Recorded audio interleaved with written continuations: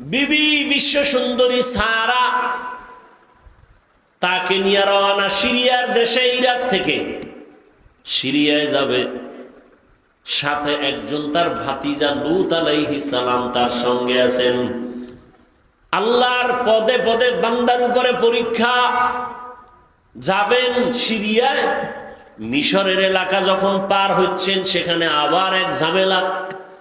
মিশরের জালেম খবর পাইছে বিশ্ব সুন্দরী সারা যায়, কয়টাকে আটকাও। আটকাইয়া লয়ে গেছে তার খাস কামরায়। ইব্রাহিম নবী একা বসে আছেন রাস্তায়।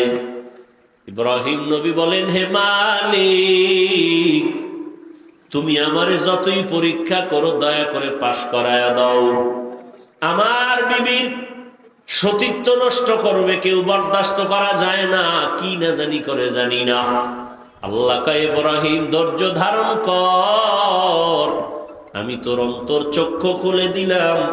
জালেম তোর স্ত্রীর সাথে কি করবে তুই এখানে বসে সব দেখবি।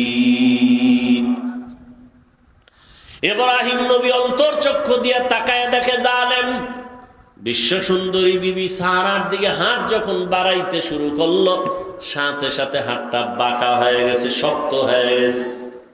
জালেম কয়, রে ও নারী, তোমার মধ্যে এমন কি মেডিসিন আছে যে আমি হাত বাড়াইলে বাঁকা হয়ে যায়? আমি আর করবো না, আমারে মাফ করো। যা, মাফ করে দিলাম। হাত আবার স্বাভাবিক হয়ে গেছে। জালেম আবার সুযোগ পায় হাত বাড়াইছে। ইব্রাহিম নবী দেখতেছেন আর দোয়া করতেছেন। এভাবে 3 বার হাত বাড়াইয়া খাঁটি তওবা করে বলে, তোমার মধ্যে এমন কি মেডিসিন আছে যে আমি তোমার কাছেও যেতে পারি না। ও পর্দার আড়ালের আম্মা জানেরা, জমিনের মধ্যে যা কিছু ঘটে বা হচ্ছে, প্রবাদ আছে তার অর্ধেক করেছে নর, অর্ধেক করেছে নারী। একটা বাগান সাজাইতে হলে জমিনের মধ্যে আদর্শ সন্তান লাগবে। আদর্শ সন্তান প্রয়োজন হলে আদর্শ মায়ের প্রয়োজন। আরে আম্মা জান, এক হাতে তালি বাজে না। স্বামী আর স্ত্রীর এক মন যদি না হয়, ওই জায়গায় ভালো সন্তান আসবে না। ওই মা সারা কতটা কঠিন এক মুহূর্তে, তার স্বামী নবীও নাই, আল্লাহর মোহাব্বতের পরীক্ষায় পাশ করার জন্য এতটা মজবুত। জালেম যখন বলে, তোমার মধ্যে কি মেডিসিন আছে যে আমার হাত আগায় না? আল্লাহর বান্দি বিশ্ব সুন্দরী সারা বলে, আরে আমার মধ্যে তো কিছুই নাই, তবে আমার জানা আছে এতটুকু, আমি আল্লাহর প্রিয় একজন বান্দার স্ত্রী। আল্লাহর প্রিয় বান্দা ইব্রাহিম নবীর স্ত্রী কয়, কই তোমার সেই প্রিয় বান্দা? বলে, ওই যে রাস্তায়। জালেম ভুল স্বীকার কইরা নবীরে ডাইকা মেহমানদারি করাইয়া জানতে চাইলেন সন্তান কতজন? কয়, কোনো সন্তান নাই। কেন? কয়, চাইছি পাই না। তখন হাজেরা নামের আল্লাহর বান্দি তাদের কাজের জন্য রাখছিল, দিয়া দিছে খেদমতের জন্য, যাও হাদিয়া দিয়ে দিলেন। এক পর্যায়ে সারা খেদমতের জন্য হাজেরারে নিয়ে রওয়ানা, সিরিয়ায় যাবে। সারা ইব্রাহিম নবীর সাথে বিবাহের জন্য দিয়া দিলেন। হাজেরার সাথে নবী ইব্রাহিমের বিবাহ হয়ে গেল। বিবাহ হইয়া সংসার চালায়, সন্তান নাই। ইব্রাহিম আলাইহিস সালামের 80 বছর পার হয়ে গেল। আল্লাহর কাছে একদিন দোয়া করে, রব্বি হাবলি মিনাস সলিহিন। একজন নবী হইয়া আল্লাহর কাছে দোয়া করে ভালো সন্তানের জন্য। আর আপনার আমার কি হালাত? সন্তান চাইলে হবে না, আল্লাহর কাছে ভালো সন্তানের কামনা করতে হবে। ও আল্লাহ, একটা নেককার সন্তান দাও। 10টা সন্তান হলে কি লাভ হবে যদি সন্তানের কারণে মা বাবার হাতে হ্যান্ডকাপ লাগে, পুলিশে ধরে, মানুষ যদি গালাগালি করে, সন্তানের কারণে মা বাবার ইজ্জত যদি নষ্ট হয়, এমন সন্তান 10টা হলেও লাভ নাই। আর একটা সন্তানের দ্বারা মা বাবার সম্মান যদি বেড়ে যায়, এমন এক সন্তানও যথেষ্ট। দোয়া করলেন, আল্লাহ পাক বললেন, সুসংবাদ দিলেন, অপেক্ষায় থাকো, একটা ভালো সন্তান দিচ্ছি। ফাবাশশারনাহু বিগুলামিন হালিম। 80 বছরের উপরে বয়সে সন্তান আল্লাহ দান করলেন, নাম রাখলেন ইসমাইল। দুনিয়াতে আসছেন অত্যন্ত সুন্দর, সুদর্শন, দেখলে কলিজা ঠান্ডা। আবার বুড়া বয়সে সন্তান পাইছে, কত মায়া। আল্লাহ পাকের পরীক্ষা আবার শুরু হয়ে গেল। সন্তানের মায়ার কারণে আমি মাওলার মোহাব্বতের মাঝে না জানি দেওয়াল হয়ে যায়, পর্দা পড়ে যায়। কত হাজি সাহেব, কত গাজী সাহেব, কত পীর সাহেবের মুরিদ, কত তাবলিগওয়ালা তাবলিগ করে, পীরের কাছে যায়, কিন্তু খবর নিয়ে দেখি অনেকের মাইয়া এখনো বেপরদায় কলেজে দৌড়ায়, ছেলেটা এনজিওতে চাকরি করে, হারাম টাকা সুদের টাকা কামাই করে। এরকম বহু টুপিওয়ালায় জমিনে আছে না নাই? সন্তানের মোহাব্বতে আল্লাহর মোহাব্বত ভাটা পড়ে গেছে। আর আল্লাহ সাহায্য করবে এত সোজা? সন্তানের মোহাব্বত আল্লাহ এর জন্য সতর্ক করছেন, সাবধান। ইয়া আইয়ুহাল্লাযীনা আমানু লা তুলহিকুম আমওয়ালুকুম ওয়া আওলাদুকুম আন যিকরিল্লাহ। সম্পদ আর সন্তান থেকে সতর্ক, তোমাকে আমি মাওলার জিকির থেকে যেন দূরে সরায় না দেয়। ইন্নামা আমওয়ালুকুম ওয়া আওলাদুকুম ফিতনাহ। সাবধান। ইব্রাহিম নবী দোয়া করলেন, আল্লাহ সন্তান দিলেন। মায়া বাড়তেছে বাড়তেছে, আল্লাহর হুকুম চলে আসলো, আর একটা জায়গায় নির্বাসনে দাও। কোথায়? বলে আমার ঘর, জমিনের প্রথম ঘর বাইতুল্লাহ, ওখানে নিয়ে যাও। কেমন কঠিন পরীক্ষা! ইব্রাহিম নবী এতটুকু বললেন, বিবি চলো। কোথায় কোথায় কোথায় নাই, কোনো আওয়াজ নাই, বলা যাবে না। আল্লাহর হুকুমে চললেন। হাজেরা আর শিশু ইসমাইলকে নিয়ে হাঁটতে হাঁটতে হাঁটতে হাঁটতে বাইতুল্লাহ, যেই বাইতুল্লাহ চারদিকে জঙ্গল আর পাহাড়, মানুষ নাই, কোনো আলো নাই, বাতাস নাই, খাদ্য নাই, কিচ্ছু নাই, বিরান ভূমি, এক চতুর্মুখী জঙ্গল, ভয় আর ভয়। সেখানে হাজেরাকে রাইখা, শিশু ইসমাইলকে রাইখা পয়গম্বর ইব্রাহিম এবার বাড়ির দিকে রওনা। কথাও বলা যাবে না, কত কঠিন পরীক্ষা আপনি চিন্তা করছেন। এবার হাজেরা জিগায়, যখন যাইতে আছে ডাক দিলেন, হে আল্লাহর নবী, আমাদের এখানে রাইখা আপনি কই যান? নবী কোনো আওয়াজ নাই, নিষেধ, মুখ খোলা যাবে না। পেছন দিক দিয়ে ধরলেন, আস্তিনটাকে ধইরা যখন দাঁড় করাইলেন, আমাদের রেখে যান কেন? নবী চুপ। এক পর্যায়ে কথা যতই বলে নবী আওয়াজ দেন না। মা হাজেরা শেষ সময় বলেন, আমাদের যেখানে রাইখা যাইতেছেন, এটা কি আপনার ইচ্ছা নাকি রবের হুকুম? এহেনেও জবান খোলা যাবে না। মাথা নাড়ায় ইশারা দিলেন, হ্যাঁ রবের হুকুম। তাও মুখে বলে নাই। আল্লাহ কেমন কঠিন পরীক্ষা! শুধু ইশারায় জবাব দিলেন, হ্যাঁ আল্লাহর হুকুম। এ কথা বলা মাত্র হাজেরাও তো যেমন তেমন বান্দিনা, নবীর সোহবাত। বিদায় বেলা বলেন, পয়গম্বর আপনি চলে যাবেন, দুঃখ নাই, তবে শিশু ইসমাইলের রাইখা গেলেন, একটু পানি আছে, আর কিছুই নাই, আমাদের জন্য একটু দোয়া করবে। এখানে জঙ্গল, চারিদিকে পাহাড়, খানা দানা নাই, কোনো মানুষ নাই, আমি একটা মাত্র মহিলা মানুষ, আবার বাচ্চাটাও আমার শিশু, আপনার কাছে কিছুই চাই না নবী, আমাদের জন্য একটু দোয়া করিয়েন। আর যদি মাঝে মাঝে একটু মনে চায় আমি হাজেরার খবর নেওয়ার প্রয়োজন নাই, আমার সন্তান ইসমাইলের খবর নিয়ে যাইয়েন, মাঝে মাঝে আসবেন। নবী কথা বলা নিষেধ। এবার চলতেছেন, হাজেরা এখানে বসে আছেন, চিন্তায় পড়ে গেলেন, এই জঙ্গলে কোনো মানুষ নাই, পাহাড়, আমি একা ইসমাইলের নিয়ে কেমনে থাকবো? আল্লাহর কাছে দোয়াও করেন, ইব্রাহিম নবী উইঠা পাহাড়ে উঠা নিচে নামলেন, নাইমা আল্লাহর দরবারে হাত উঠায় দোয়া করা শুরু করলেন। রব্বানা ইন্নী আসকানতু মিন যুররিয়্যাতি বিওয়াদিন গায়রি যি যারইন ইনদা বাইতিকাল মুহাররম রব্বানা লিয়ুকিমুস সালাতা ফাজআল আফইদাতাম মিনান নাসি তাহবি ইলাইহিম ওয়ারযুকহুম। নবী দোয়া করলেন, দোয়া করিয়া তিনটা কথা বলে গেলেন, হে আল্লাহ, তোমার দরবারে তিনটা দোয়া করে গেলাম। আমার সন্তান, আমার স্ত্রী এখানে আছে, তুমি বাসস্থানের মানুষের ব্যবস্থা করে দিও, এবং তুমি তাদের রিজিকের পানির ব্যবস্থা করো, এবং তাদের খানার আয়োজন তুমি ফল ফ্রুটের ব্যবস্থা করিও। নবী দোয়া করে চলে গেলেন সিরিয়ায়, সারাকে নিয়ে জীবন কাটায়। হাজেরা আর ইসমাইল এখানে কেউ নাই, চতুর্মুখী জঙ্গল পাহাড়। ইসমাইলের পানি পান করাইতে করাইতে শেষ হয়ে গেল, কিচ্ছু নাই, চারদিকে কোনো পানিও নাই।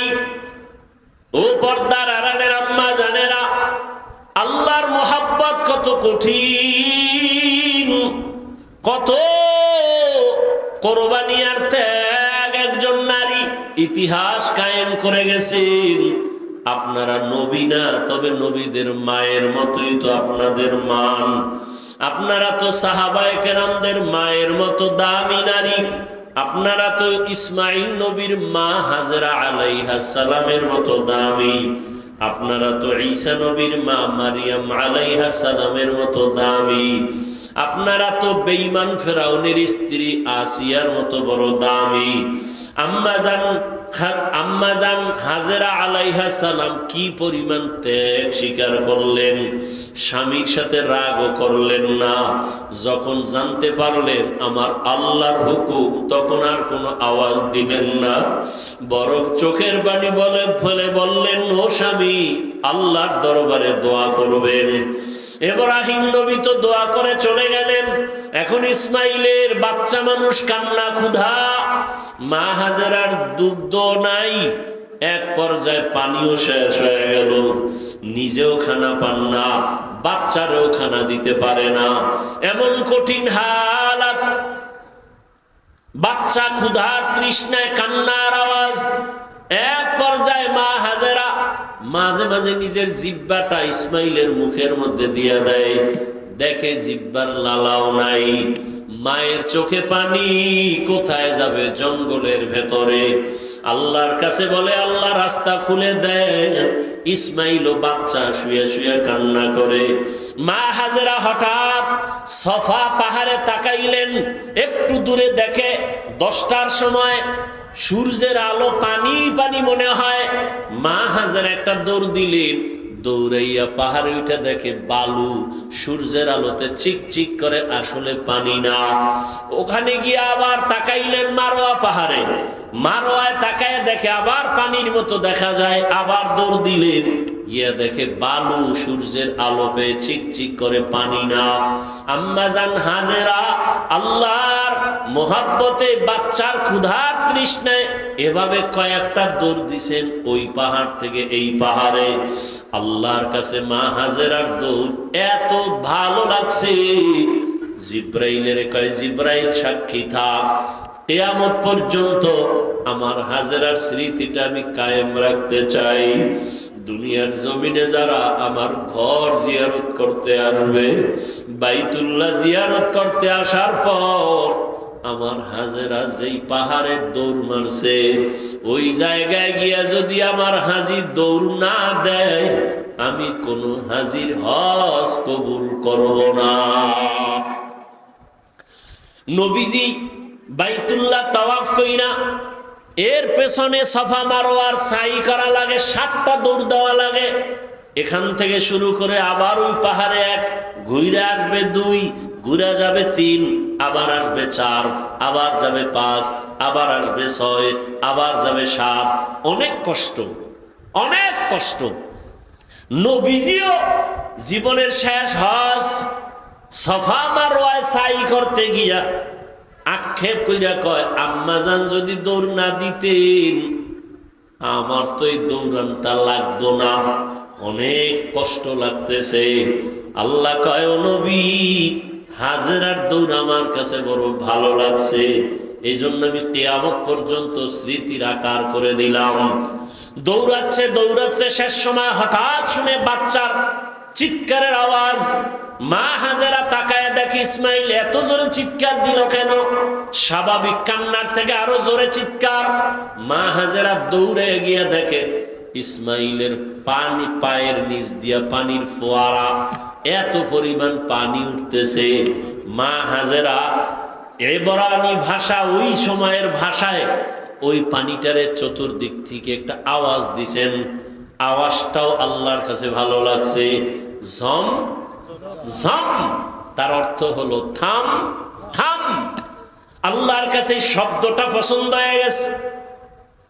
শব্দটা ওই সময়ের ইব্রানি ভাষা, আল্লাহর কাছে পছন্দ। কিয়ামত পর্যন্ত এই পানির নাম হয়ে গেল কি? জমজম। এরে আল্লাহর বান্দা, শুধু জমজম পানি নিয়ে যদি আলোচনা করি, অনেক সময় এই বরকতের পানি হাজার হাজার কোটি মিলিয়ন ট্রিলিয়ন বিলিয়ন পানি দুনিয়ার হাজি সাহেবরা নেয়। যেখানে পানি ওই সময় ছিল এখনো কমেও না বাড়েও না। সাহাবায়ে কেরাম রহমতের নবীকে জিজ্ঞাসা করলেন, ইয়া রাসূলুল্লাহ, জমজম পানির তলা কই? নবী বলেন, জমজম পানির তলা হাউজে কাউসারের সাথে। আরো জোরে বলো সুবহানাল্লাহ। এত বরকতের পানি কোন জিনিস দাঁড়াইয়া পান করা নিষেধ, তবে জমজমের পানি দাঁড়ায় পান করো। জমজমের পানির প্রায় 25টার মতো উপকার আছে। কত দামি পানি! ওলামায়ে কেরাম লেখছেন, জমজম পানিটা কাউসারের থেকেও দামি। কারণ পৃথিবীর শ্রেষ্ঠ ব্যক্তি রহমতের নবী মেরাজে যখন যাইতেছেন, আল্লাহর নবী বলেন, আমাকে জমজম কূপের পানি দিয়া ওযু বানাইলো, আমাকে শোয়াইলো চিৎভাবে, আমার বুকের মাঝখান থেকে চিরলো, ভেতর থেকে কলবটাকে বের করে স্বর্ণের পেয়ালায় রাখলো, জমজমের পানি দিয়া ধুইলো, আবার ভেতরে রাখলো, আবার চাপ দিল, এমনি আবার হয়ে গেল, সেলাই লাগলো না, রক্ত গেল না, ব্যথাও পেলাম না। এইভাবে আমার অপারেশন হয়েছে কুদরতের। এটাকে বলে open heart. Open heart surgery করে লাভ দিও না, মাস্তানিয়ার বাহাদুরি অহংকারী করো না। রহমতের নবীকে আল্লাহ ওপেন হার্ট সার্জারি 4 বার করে দেখাইয়া দিয়েছেন। এটা তোমার বাপ দাদার বানানো না, আল্লাহ আগেই ওপেন হার্ট সার্জারি রসুলকে করেছেন। কয়বার? কষ্ট হইতেছে আপনাদের? হ্যাঁ ভাইরা আমার, রহমতের নবী বলেন, এই জমজম পানি আমরা পিপাসা নিবারণ করি পানি দিয়া, পেটের ক্ষুধা নিবারণ করি কি দিয়া? খানা দিয়া। কিন্তু জমজম পানি এতটা দামি যে এই পানিটা পান করলে ক্ষুধাও থাকবে না, পিপাসাও থাকবে না। জমজম পানি বান্দা তুমি ঔষধ হিসাবে ব্যবহার করো। ঔষধ কেমন ঔষধ? তোমার বিশ্বাস যেমন তেমন। কেউ যদি বলে আমি কোন ঔষধ খাবো না, আমার জমজম আমার ঔষধ, যেমন নিয়ত করবে ফলাফল তেমন। বরকতের পানি মা হাজেরাও পান করলেন, বাচ্চাটারও দিলেন, ক্ষুধাও নাই, পিপাসাও নাই। একটা দোয়া কবুল হয়ে গেছে। আর এক দোয়া ছিল, মানুষ যেন এখানে এসে বসতি বানায়। ব্যবসা করতে যায় একদল মানুষ, ওই পথ পাশ দিয়া তাদের পানির প্রয়োজন, খুঁজতে খুঁজতে এসে হাজেরারে পাইছে। জমজম পাইয়া কই পানি আমরা নিমু, কারণ এটার মালিক আছে। কে? বলে আমি। কয় যে পানি যে নিবা দিব, তবে শর্ত কি? তোমরা এখানে ব্যবসা বাণিজ্য করে বাসস্থান করো, পানি নাও, যত পারো নাও, এখানে থাকবা, বাড়িঘর করবা, বসবাস করবা। এবার সব রাজি হয়ে গেল। মানুষজন ঘর বাড়ি উঠাইতে শুরু করলো, জমজমের পানি ব্যবহার করতেছে, ফসল টসল সুন্দরভাবে চালাচ্ছে। এখন অনাবাদী এলাকা আবাদি হতে চললো। জমজম পানি নিয়া সবাই ব্যবহার করে, বরকতের পানি মানুষজনও ভরে গেল। আর একটা দোয়া করছিল, আল্লাহ কুদরতের দ্বারা রিজিকের ব্যবস্থা করে দাও। এই যে জমজমের পানি, কেউ কেউ বলে ইসমাইলের শিশুর পায়ের আঘাতে উঠছে। মা হাজেরা তো দৌড়ায় পাহাড়ে, ইসমাইল যে চিল্লে পানি উঠছে টের পায় না, দূর তো মাঝখানে একটা আওয়াজ আসছে, আওয়াজ গাইবি। হাজেরার কানে কোথার থেকে আওয়াজটা আসলো, নজর করে দেখে বাইতুল্লাহর থেকে আওয়াজ, দৌড়ায় গিয়ে দেখে পানি। মুফাসসিরিনে কেরাম বলেন এটা ইসমাইলের পায়ের আঘাতের পানি না, জিব্রাইল আমিন পাখা দিয়ে জোরে আঘাত করেছেন, পানি ওঠা শুরু হয়ে গেছে। মা হাজেরা এখন মোটামুটি ভালো অবস্থান, বাবার তো খবরই নেই। এবার রিজিক চাইছেন, ফল। জিব্রাইল আমিনের মাধ্যমে আল্লাহ একটা বিশাল বড় ফলের বাগান তায়েফের ময়দানে নিয়ে আল্লাহ ব্যবস্থা করে দিলেন। 12 মাস তায়েফের ময়দানের ফল 12 মাস। সেই ইসমাইলের সময়ের বাগান, ওই সময়ের থেকে ফল শুরু হয়ে গেল।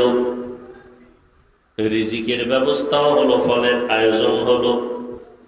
মা হাজেরা ইসমাইলকে বড় বানাইতে বানাইতে যখন বয়স হলো, কিতাবে আসছে 13 বছর। কত? এতদিন আমরা বলতাম, এর মধ্যে বিভিন্ন মত আছে, কেউ বলছেন আরো কম, তবে 13টাই প্রসিদ্ধ। 13 বছর যখন হলো, বাবার সাথে সন্তানের কোনো কানেকশন নাই, মনের ভেতরে তামান্না মোহাব্বতের আগুন জ্বলে। হঠাৎ জিলহজ মাস শুরু হয়ে গেল, বড় দামি মাস। ওয়াল ফাজরি ওয়া লায়ালিন আশর ওয়াশ শাফঈ ওয়াল ওয়াতর, বড় দামি মাস। আল্লাহ কসম করে বলছেন এই 10 রাতের বড় দাম। এই দিমু মোনাজাতটা দিয়ে দিমু।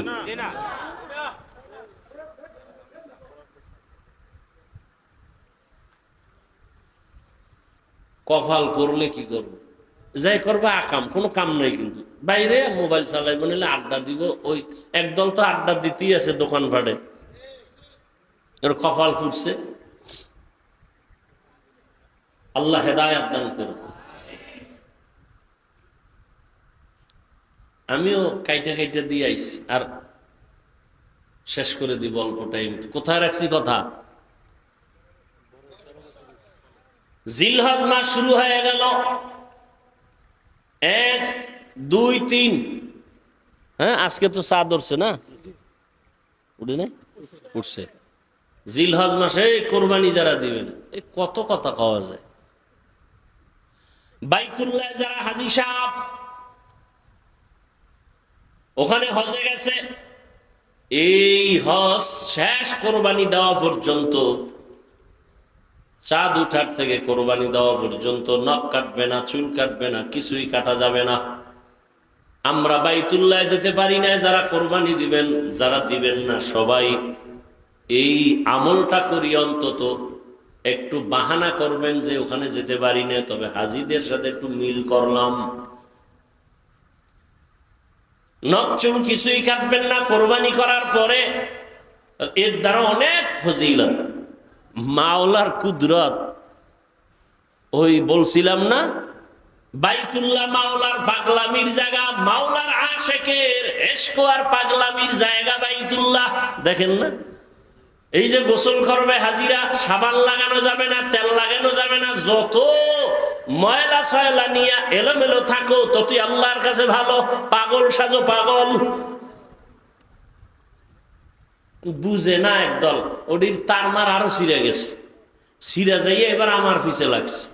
আমি মক্কার হাজিদের পাগল কইছি, ওরে এইটা হই না, আর একদল আরো ডবল পাগল হয়ে গেছে। হাফিজুর রহমান পাগল কইল কেন? তুই ডবল পাগল হইলি কেন? দুনিয়ার সব মানুষই তো পাগল। এখন কি যাবি? এখন যাইব? এতদিন বলছি মক্কার হাজিরা মাওলার পাগল, রাস্তার ল্যাংটা পাগল না। আজ বললাম দুনিয়ার সবটি পাগল, একটা মানুষ নেই পাগল ছাড়া। কেউ চেয়ারের পাগল, কেউ ক্ষমতার পাগল, কেউ নারীর পাগল, কেউ গাড়ির পাগল, কেউ সম্মানের পাগল, কেউ সৌন্দর্যের পাগল। একটা মানুষও পাগল ছাড়া আছে? সব পাগল। নামাজ নাই, রোজা নাই, যারা ক্ষমতার পাগল, আর ঘুমের ভিতরে ক্ষমতা, নামাজে দাঁড়াইলেও ক্ষমতা। যারা নারীর পাগল, 24টা ঘন্টা নারী নিয়ে জিকির আর ফিকির। আর যারা আমার মাওলার পাগল, এরা 24 ঘন্টা শুধু আমার মাওলাকে নিয়ে জিকির আর ফিকির চলে। ইয়া এলাই মুঝসে মুঝকো दूर कर, তাকে দেখো মুঝ মে তুঝকো এক নজর। ভাইরা আমার, জিলহজ মাসের 8 তারিখ রাতের বেলা ইব্রাহিম নবী স্বপ্ন দেখতেছেন, আমার রাস্তায় কোরবানি করো। ইব্রাহিম নবী, নবীদের স্বপ্ন ওহী। নবী স্বপ্ন দেখে সকালবেলা উঠে চিন্তায় পড়ে গেলেন, কি দেখলাম? স্বপ্ন তো কয়েক ধরনের, এক স্বপ্ন রহমানি, আর এক স্বপ্ন শয়তানি, আর এক স্বপ্ন নফসানি। শয়তানের পক্ষ থেকে স্বপ্ন, আর নিজের ধ্যান খেয়ালের দ্বারা স্বপ্ন, আর একটা রবের পক্ষ থেকে স্বপ্ন। নবী চিন্তায় পড়ে গেলেন, কি ওহী নাকি কোন শয়তানের পক্ষ থেকে দেখলাম? বুঝতে পারলেন না। এজন্য এই দিনটাকে বলে ইয়াউমে তারবিয়াহ। ইয়াউমুত তারবিয়াহ, সন্দেহের দিন। পরের দিন আবার একই স্বপ্ন। ওদিন স্বপ্ন দেখে বুঝতে পারলেন যেটা না রবের পক্ষ থেকে আমার প্রতি আদেশ হুকুম আসছে। স্বপ্ন দেখা ফাইনাল হয়ে গেলেন, আল্লাহর রাস্তায় কোরবানি করতেই হবে। এবার দ্বিতীয় রাত্রে স্বপ্ন দেখে ফাইনাল সিদ্ধান্ত নিয়ে নিলেন, উট কোরবানি দিলেন, আগের দিনও দিলেন। এই দিনটা যেহেতু নিশ্চিত হয়ে গেলেন, আল্লাহর পক্ষ থেকে পরিচয়, সিদ্ধান্ত যেন আল্লাহর পক্ষ থেকে এই স্বপ্ন। এজন্য এই দিনটাকে বলে ইয়াউমে আরাফা, 9 জিলহজ। এই দিনের রোজার অনেক দাম। খালি বয়ান, এই বিষয়ে আলোচনা করলে কত লাইন। আরাফার রাত দিনের রোজা বড় দামি রোজা। এই মাসের প্রথম থেকেই রোজা বড় দামি, আমল বড় দামি। আল্লাহ কসম খাইছেন, ওয়াল ফাজরি ওয়ালা ইয়ামিন আশর, 10 রাতের কসম, ফজরের কসম। আরাফার দিনের ফজর কেউ বলছেন, বা হজের দিনের কসম। আল্লাহ পাক রব্বুল আলামিন ইব্রাহিমকে স্বপ্ন দেখাইলেন তৃতীয় রাত্র 10 তারিখ। ইব্রাহিম নবী স্বপ্ন দেখছেন, তখন তিনি জবে করা শুরু করলেন। 10 তারিখে ইয়াউমুন নাহার। ইব্রাহিম নবী ফাইনাল যে আল্লাহ পাক আমার উট চায় না, আমার অন্তরের আসল জিনিস চায়। আমার এই জীবনে আসল তো ইসমাইল ছাড়া কেউ না। 13 বছর বয়স হয়ে গেল, এখন বুঝি আমার পরীক্ষা, আমার সন্তানের জবাই করার হুকুম আসছে। চিন্তা করেন, সন্তান জবাই করা কত বড় কঠিন। রেডি হয়ে গেলেন, কোনো প্রশ্ন নাই। সুরিয়া রশিনিয়া রওয়ানা। যাইতে যাইতে মক্কা নগরীতে হাজির। যেই এলাকা দেখছিলেন জঙ্গল, এখন দেখে মানুষের অভাব নাই, বাচ্চারা খেলাধুলা করে। এত বাড়িঘর, হাজেরার ঘর কই, ইসমাইলের ঘর কই, খবর নাই। একটা বাচ্চারে ডাইকা কয়, এখানে ইসমাইল নামের কেউ আসেনি? ভাইবা ভাইবা ভাইবা, কিছুক্ষণ পরে বলে আছে। কই ওদের ঘর আসেনি? কয় এলাকার শেষ মাথায় ছোট একটা ঘরের মধ্যে থাকে মা আর সন্তান। ওরা জানেন ইব্রাহিমকে। নবী হাঁটতে হাঁটতে গেলেন, গিয়া দেখে ইসমাইল সামনে খেলতেছেন। নবী তো দেখাই কলিজা সিরিয়া গেছে, ডাক দিয়া হাত বাড়ায় দিছে দরজার সামনে, বাবা আয়। ইসমাইল একটা দৌড় দিয়া মায়ের কাছে গেছে, চিনে না। মা হাজেরাকে নবী সালাম দিলেন, কান্না। দীর্ঘ বছর কোনো সম্পর্ক নাই, কত কষ্ট করে করে আমি জীবন কাটাইছি। ইসমাইলের কয়, চিনো নারী বাবা, যাও তোমারে নেই। বাবা ইব্রাহিম নবী যায় না। এক পর্যায়ে যখন কান্নার অবস্থা, ইব্রাহিম নবী চিন্তা করলেন মায়ায় যদি পইরা যাই, না জানি আল্লাহর পরীক্ষায় ফেল করি। হাজেরাকে ডাক দিয়ে কয়, হাজেরা দেরি করা যাবে না, ইসমাইলের সুন্দরভাবে সাজায়া পড়ায়া দাও, সুন্দর পোশাক পরায়া দাও, বাদশার দাওয়াতে যাব। আল্লাহর দাওয়াত কয় নাই, ঘুরায় কইছে বাদশার দাওয়াত। মনে করছে দুনিয়ার কোনো বাদশার দাওয়াত। মা হাজেরা বাবার সাথে ছেলে যাবে দাওয়াতে, রাজকীয় কোনো দাওয়াত। মনের আবেগ দিয়া সন্তানটারে এমন ভাবে গোসল করাইয়া সাজায় পড়াইয়া দিলেন। এবার বাবার হাতে তুইলা দেয়, সন্তান ঘর থেকে বাবার সাথে রওয়ানা। মা হাজেরা ঘরের বাইরে নাই না, চোখের পানি মুছে আর কান্না করে। এত বছরের সন্তান বাবার সাথে যা আনন্দের এক কান্না, কিন্তু জানেন না যে আমার মাওলার ডাকে যাইতেছে ইসমাইলের জবাই করার জন্য। মা হাজেরা একা, ইব্রাহিম নবী সন্তান ইসমাইলের নিয়ে যায়। ইসমাইলও জানে না যে তাকে জবাই করা হবে। শয়তানের মাথা গরম হয়ে গেল, এই পরীক্ষায় যদি সবাই পাশ করে তো কত বিধর্মী মুসলমান হবে, ফেল করানোর বুদ্ধি কি? চিন্তা করে শয়তান ভাবলো যে মহিলার দিল নরম, হাজেরারে ধোকা দেই। গিয়া কয়, হাজেরা মানুষের সুরতে ইসমাইলের সারস কই, কয় বাবার সাথে গেছে দাওয়াতে।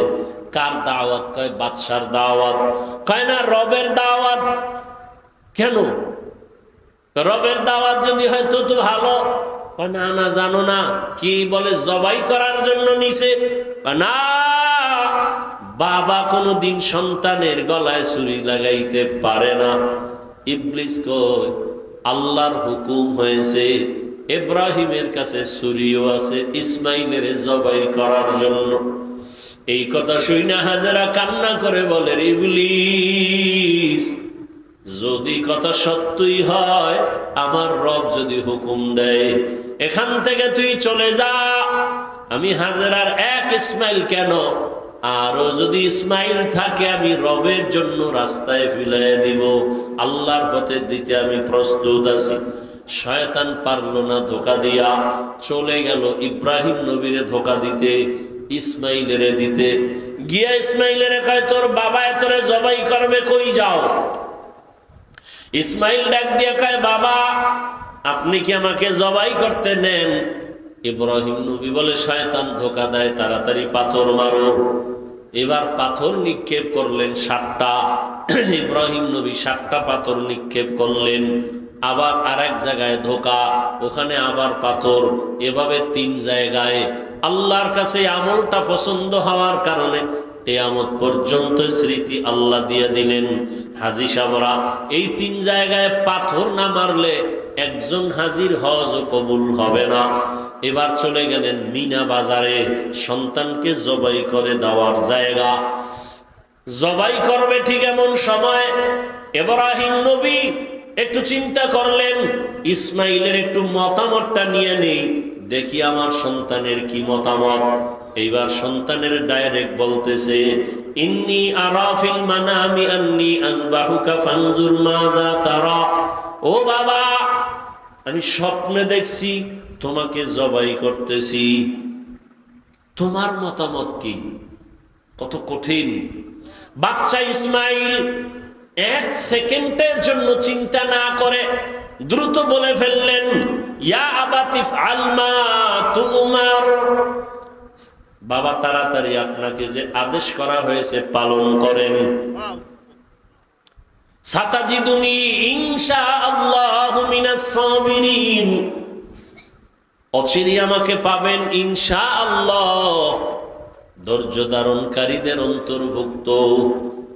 এরে আল্লাহর বান্দা, এখানে অনেক কথা ইব্রাহিম নবীকে আল্লাহ পাক স্বপ্নে দেখাইলেন কেন, ডাইরেক্ট বললেন না কেন? আবার ইসমাইলকে জিজ্ঞাসা করলেন কেন? আল্লাহর হুকুমের বেলায় জিজ্ঞাসা করলেন কেন? এখানে তো জিজ্ঞাসা করার কোনো যুক্তিকতা নাই, আল্লাহ অর্ডার করছে পালন করো। আবার ইসমাইল স্বপ্নের কথাটাকে এত গ্যারান্টি দিল কেন? অনেক কথা এখানে। ইসমাইল নবী বললেন, আব্বাজান আমাকে দ্রুত আপনি যা দেখছেন হুকুম পালন করেন। বাবাই বলছে আমি স্বপ্ন দেখছি জবাই করতে। ইসমাইল বলে আপনাকে যে হুকুম দেওয়া হয়েছে তা পালন করেন। দেখছে স্বপ্ন, কিসের হুকুম? 13 বছরের সন্তান, অনেক কথা এখানে, হিকমত, এগুলোর জবাব এখন দেওয়ার সময় নেই।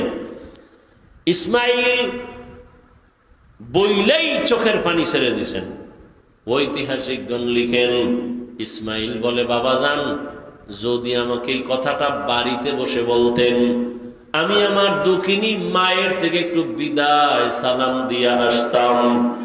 আমার মা কত কষ্ট করে আমাকে বড় বানাইছেন।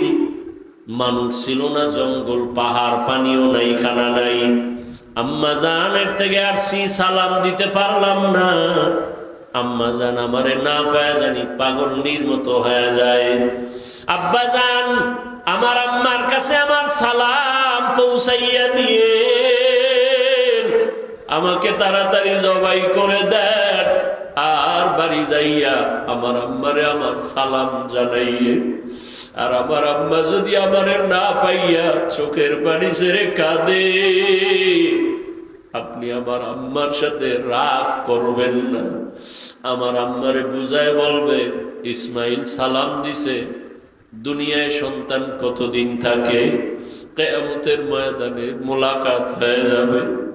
আব্বা জান, আমার আম্মার কাছে আপনি এই বার্তা পৌঁছায় দিয়েন। আমার আম্মা অনেক কান্না করবে আমাকে না পাইয়া। ইতিহাসবিদরা বলে, আবার ইসমাইল কথাও বলছেন, আমার রক্তের জামা মাখা আমার মায়ের কাছে দিয়ে আমার মা দেখে একটু কলিজা ঠান্ডা করবে। এবার ইসমাইল বলে, আব্বা জান, আমার চেহারাটা মাটির দিকে রাইখা আমারে শোয়াইয়া জবাই কর।